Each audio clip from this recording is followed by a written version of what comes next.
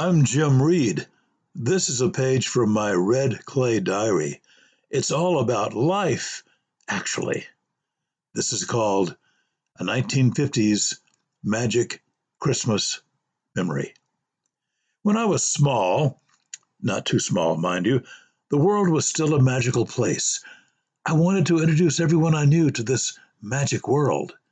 I thought a smashing way to do this would be to become a magician, a prestidigitator, a master of illusion, a fake fakir who could fool and entertain his superiors all at once. Santa Claus, who still existed back then, gave me a big, garish book of illustrated magic tricks by Joseph Dunninger. I spent hours wearing that book out, trying to master the simple tricks within. Later, one of my most cherished gifts, my rosebud, came at yet another Christmas. A complete paper-covered case full of Mandrake the Magician magic tricks. I practiced alone in my room, tried out the easier ones on my brother Ronnie, and spent hours hoarding and cataloging these and other sleight-of-hand acts and gags, dreaming of the day I'd be able to fool everybody at will with my suave patter and my dashing Batman cape, blue on the outside, red on the inside, or vice versa, confiscated from my sister Barbara.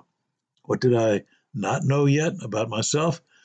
Well, I was shy, painfully shy, and my only confidence remained hidden within myself. It was only apparent in my heart.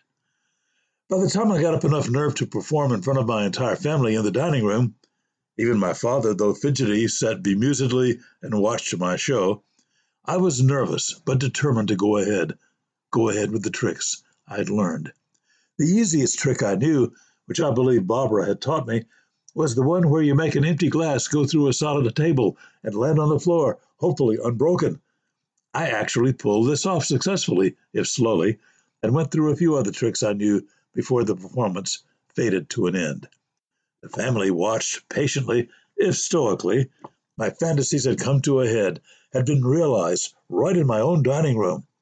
I was satisfied, and thereafter gave up magic, for I had not yet been given the gift of self-confidence, and knew that I could never stand before strangers and fool them too.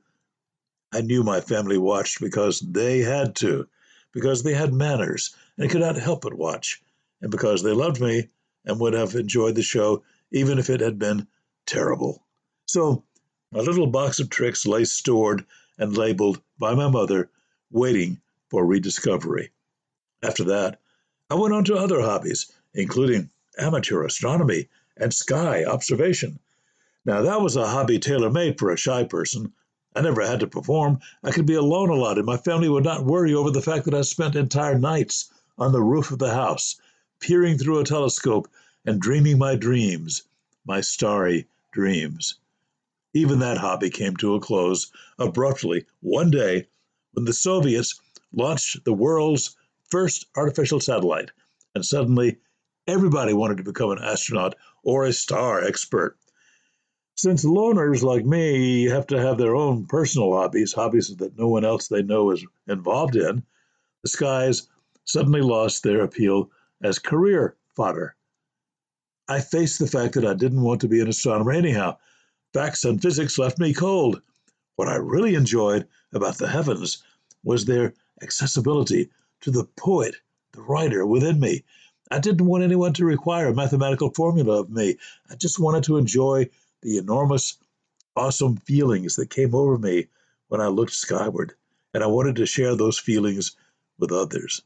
Years later, I actually went to a meeting of amateur astronomers and found that they spent little time looking at stars, but much time doing calculations and explaining black holes to each other and theorizing about the depth of the cosmos. Sarah Teasdale would not have approved, thank goodness. Do you know her poem, the one that best expresses that wonderful feeling the stars can give you if you open up to them? May I share it with you? This is my favorite poem. Alone in the night, on a dark hill, with pines around me, spicy and still, and a heaven full of stars over my head, white and topaz and misty red. Myriads with beating hearts of fire that eons cannot vex or tire. Up the dome of heaven, like a great hill, I watch them marching, stately and still, and I know that I am honored to be witness of so much majesty. Sarah knew. Sarah knew me. Sarah Teasdale knew all about the childhood me. Through the distance of time, through the timelessness of distance, she still holds my hand and knows. I hope your dreamy memories of Christmastime stars are as healing as mine. Get ready. The 25th is just a few days that away.